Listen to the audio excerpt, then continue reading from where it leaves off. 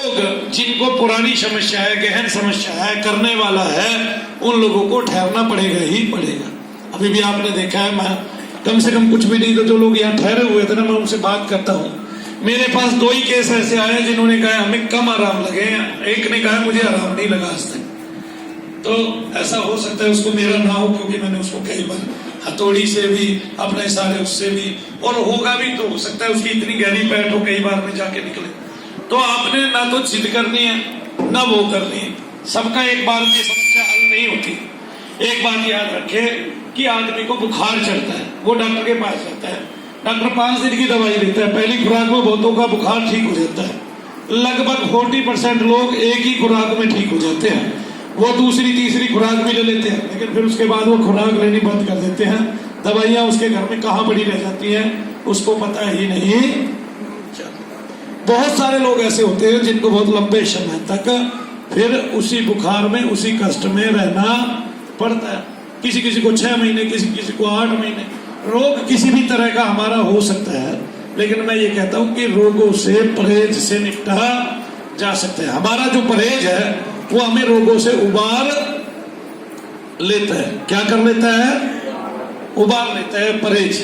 ठीक है ना। वैसे भी मैं आपको बता दूं, आपके मूल जो ग्रंथ है वेदों में एक उक्ति लिखी हुई है कि दुनिया में अगर कोई रोग है तो उसका निदान भी जरूर है आयुर्वेद में। किसमें? आयुर्वेद में। कोई भी रोग आप ये समझिए कि अब ये डॉक्टर कहते हैं एलोपैथी के कि भाई ये ऑपरेशन करना है, ये करना है, वो करना है। पहले कौन करता था भाई ऑपरेशन? पहले भी तो कोई चिकित्सक होगा, सुसैन वैद्य जैसे वैद्य होंगे कि नहीं, कि किसको कोमा से बाहर निकाल के ले आए? लक्ष्मण जी को कोमा से बाहर निकाल के ले आए। मूर्छित का मतलब क्या होता है? कोमा। ठीक है। आज भी जितने लोग मूर्छित होते हैं वे कोमा में होते हैं। कोमा से मैं ये बताता हूँ, अभी भी 3 से 4% लोग बाहर आ जाते हैं, बाकी सारे कोमा में ही रह जाते हैं, कई साल कोमा में रह जाते हैं। लेकिन ये जो कोमा की स्थिति है, जो कई साल कोमा में रहने की स्थिति है, ये डॉक्टरों ने ये ऐसा कर दिया कि नहीं भाई इनके मुंह पे तो ये लगेगा, जबकि वो कोमा में रहेंगे, उनके मुंह पे कुछ लगे या ना लगे, उनको ठंडी जगह रखोगे आप, वे कोमा में ही रहेंगे। ठीक है ना। ये जरूरी नहीं डॉक्टर का वेंटिलेटर ही उसमें लगे रहे।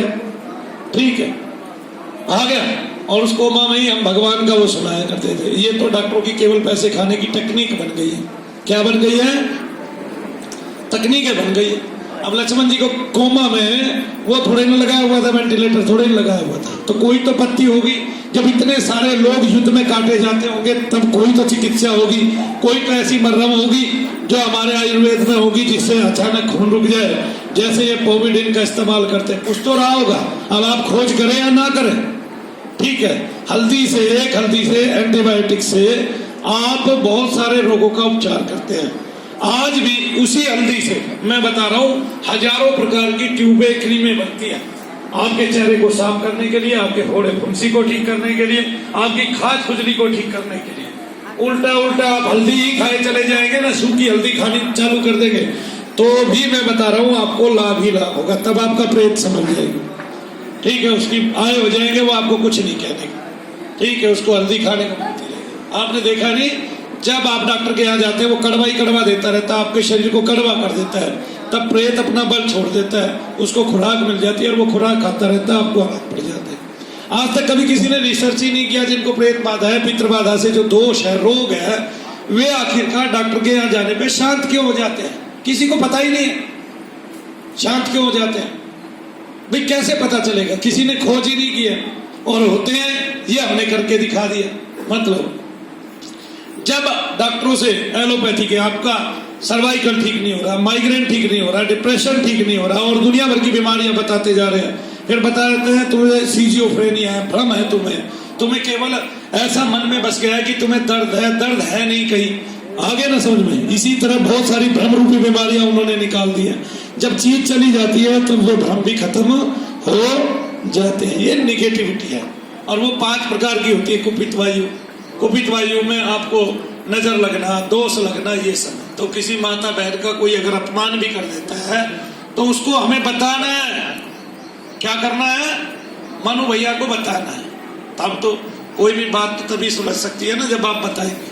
मुझे पता थोड़े ना। पूरा दिन कोई काम करता है, हमारे गौतम भैया पूरा दिन काम करते हैं, लेकिन उसको गुस्सा आ